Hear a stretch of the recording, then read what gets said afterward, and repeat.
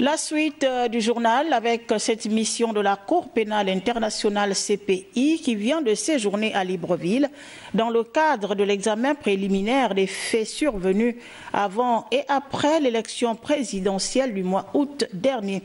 Pour cela, le gouvernement de la République réagit dans cette communication. Des propos recueillis par Arnaud Mengue. Fait déférer devant cette Cour par le gouvernement gabonais dans une requête datée du 21 septembre 2016.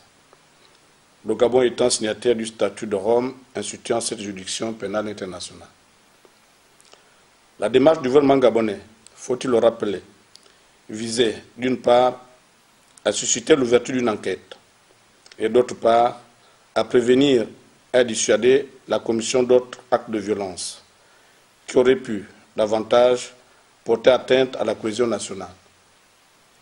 Il convient de souligner que par la suite, des compatriotes, notamment issus de l'opposition, ont eu à déposer des éléments dans le cadre du renvoi de la situation devant la CPI par le gouvernement gabonais, attaché aux valeurs de justice et de paix que notre pays s'emploie constamment à consolider.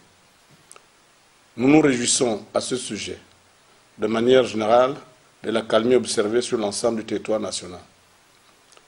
Nous tenons à préciser que si, au nom du principe de la complémentarité, le gouvernement gabonais a été amené à saisir la Cour pénale internationale, il n'en demeure pas moins que les juridictions nationales restent pleinement compétentes pour connaître les crimes et les délits commis dans le cadre de faits liés à ce renvoi devant la CPI ou d'autres faits connus ou à connaître.